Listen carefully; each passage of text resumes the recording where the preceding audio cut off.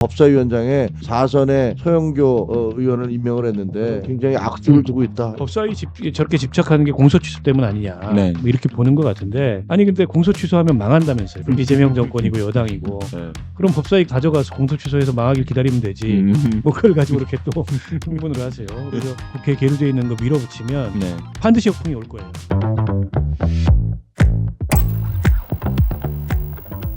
이재명 대통령이 아무래도 이제 지방선거 이후에 뭐 이제 여권의 내홍과 함께 그리고 뭐 전반적인 경제 상황과 함께해서 지지율이 이제 데드 크로스를 맞이하면서 뭐 이제 긍정과 부정 평가가 엇갈리는 뭐 이런 지경에까지 이르렀는데, 이런 상황에서 이제 여권의 내용까지 계속 가속화되면 이 대통령이 아무리 뭐 이제 좋은 정책을 펴서 뭐 이제 좋은 걸 해보려고 해도 뭐 탄력을 못 받기 마련이죠. 그래서 이제 사실 지금 국회에서는 뭐 이제 원구성 협상을 하면서 이제 우리가 후반기 국회를 제대로 꾸려서 이재명 대통령의 입법을 적극 지원하겠다 뭐 이제 뭐 이런 명분으로 뭐 이제 원구성 협상을 하다가 이제 민주당이 뭐 이제 국민의힘의 반발에도 불구하고 11개 상임위를 본인들이 자체적으로 이제 임명하면서 뭐 이제 우리 상임위를 굴리겠다 뭐 이제 이렇게 입법국회를 선포를 했습니다.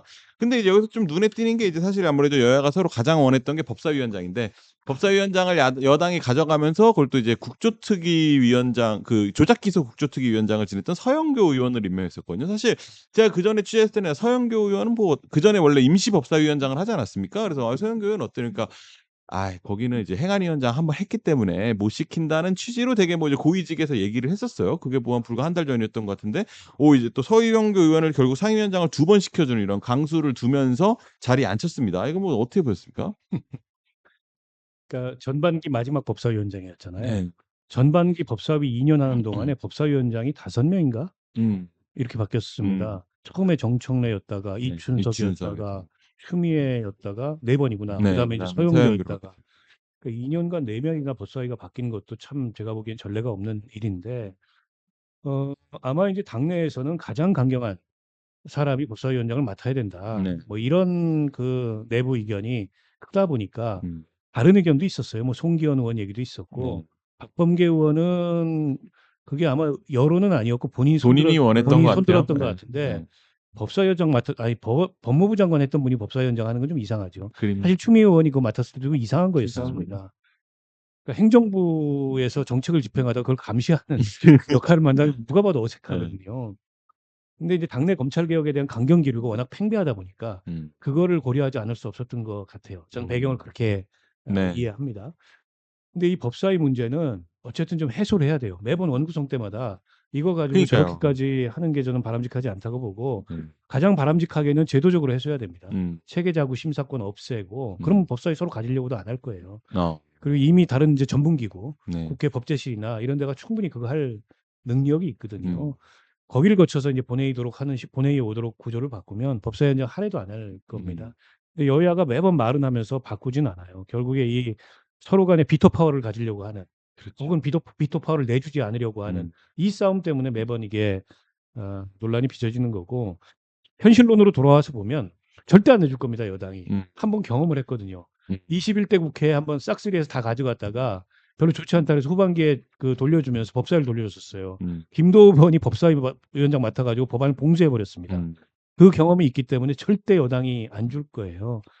그러면 야당으로서는 뭐 반대하고 비판하고 하더라도 결국에 뭐 현실론을 택할 수밖에 없습니다. 그러니까 일부 가져오든가 다른 노른자 상임위를, 아니면 그냥 뭐 다 가져가라고 21대 국회 전반기처럼 하라고 하든지, 그걸 관행으로 새로운 관행으로 만들자고 하든지, 뭐 그 방법밖에 저는 없다고 보고, 지금 여당 기세는 뭐 싫으면 말아라, 그럼 우리가 다 가져올게, 뭐 이런 기세입니다. 그래서 어쨌든 저게 좀 돌파구가 열려야 될 것 같다는 생각이 들고요. 뭐 바람직한 모습은 전혀 아니죠. 바람직한 모습은 아닌데 현실적으로는 그렇다고 보고, 일각에서는 법사위 저렇게 집착하는 게 공소 취소 때문 아니냐, 네. 뭐 이렇게 보는 것 같은데, 아니 근데 공소 취소하면 망한다면서요. 이재명 정권이고 여당이고. 네. 그럼 법사위 가져가서 공소 취소해서 망하길 기다리면 되지. 뭐 그걸 가지고 이렇게 또 흥분을 하세요. 그래서 그건 새로운 국면이에요. 제가 보기에 공소 취소 이거를 지금 특검법 국회에 계류되어 있는 거 밀어붙이면 네. 반드시 역풍이 올 거예요. 그리고 그거는 여당이 감당해야 될 몫인데 감당할 수 없는 상황이 될 수도 있어요. 그 전까지만 말씀드리겠습니다.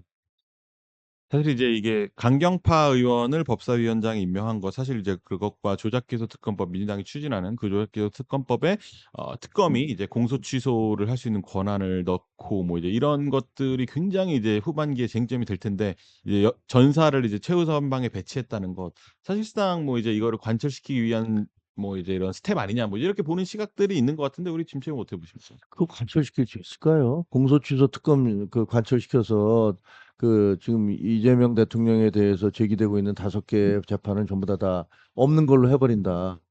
그거 탄핵 사유 아닙니까? 대통령이 자기에게 제기된 혐의를 그걸 자기 당을 통해서 특검을 만들어서 생전 없던 그런 방식으로 다 없애버려. 그럼 앞으로 뭐 어떤 죄를 짓든지 간에 대통령만 되면 그거 다 없애버릴 수 있는 거 아니에요. 그게 말이 되나?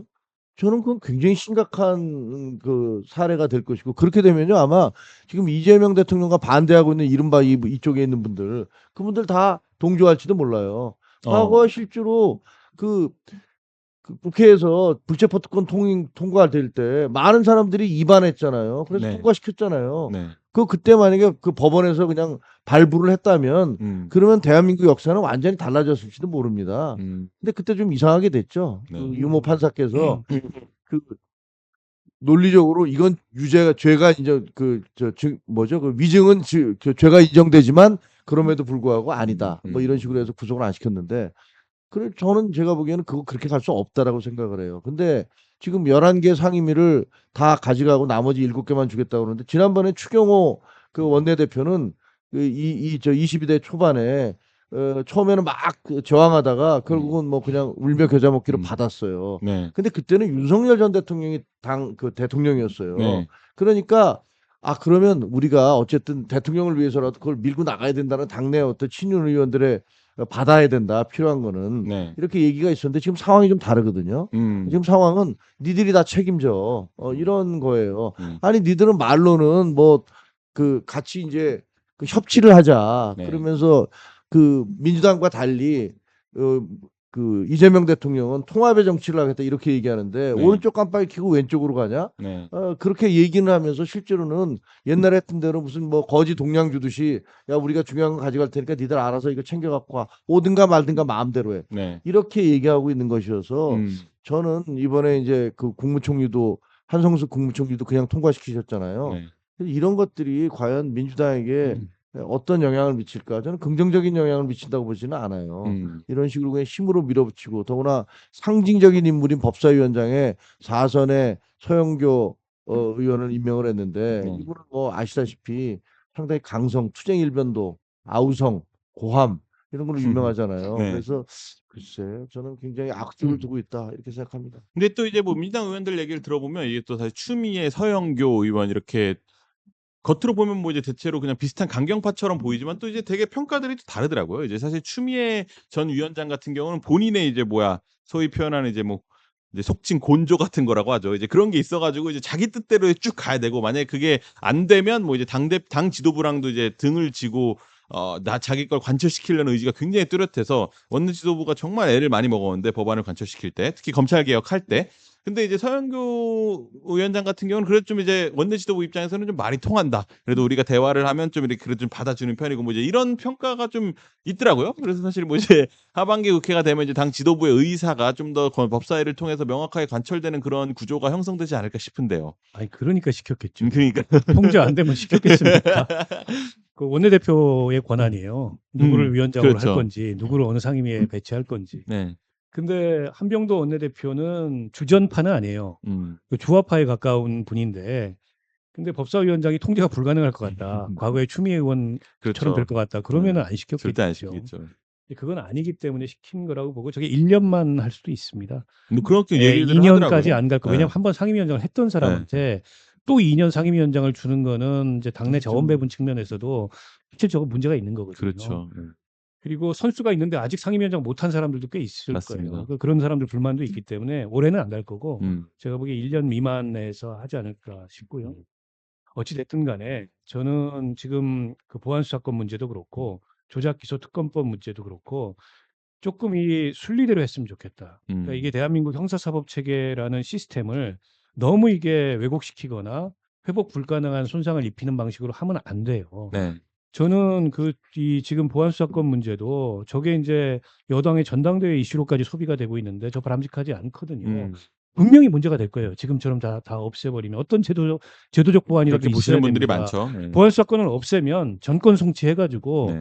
사실 수사 지휘에 준하는 그런 보안수사 요구권이나 이런 거라도 줘야 돼요. 음. 그렇지 않으면 그냥 경찰 수사 단계에서 부실 수사가 묻혀버리거나 네. 그로 인해서 검사가 공소유지를 못하게 되거나 네. 혹은 뭐 그로 인한 범죄 가해자들이 피해자들이 피해를 입거나 네. 가해자들이 오히려 활개를 치거나 이런 일들이 빚어진단 말이에요. 누가 책임질 겁니까? 근데 일부 강경파 의원들 같은 경우에는 심지어 이런 말까지 하더라고. 그걸 두면은 다시 이제 별건 수사해가지고 다시 정치검찰이 지배하는 시대로 갈 텐데 이게 정치적 사건과 하등의 상관이 없는 민생 사건도 정치인이 요만큼만 관련돼 있으면은 그걸 확대해가지고 다음 총선에 의석수를 바꿀 거다. 아. 그 정도 되면 개혁이 아니고 망상이에요. 근데 본인들의 뇌내망상을 네. 개혁이라고 시고 밀어붙이면 안 돼요. 음. 저는 그런 거하고는 이번에 민주당 지도부가 새로 선출되면 분명하게 선을 긋고 저거 손 봐야 됩니다. 다시 설계해야 돼요.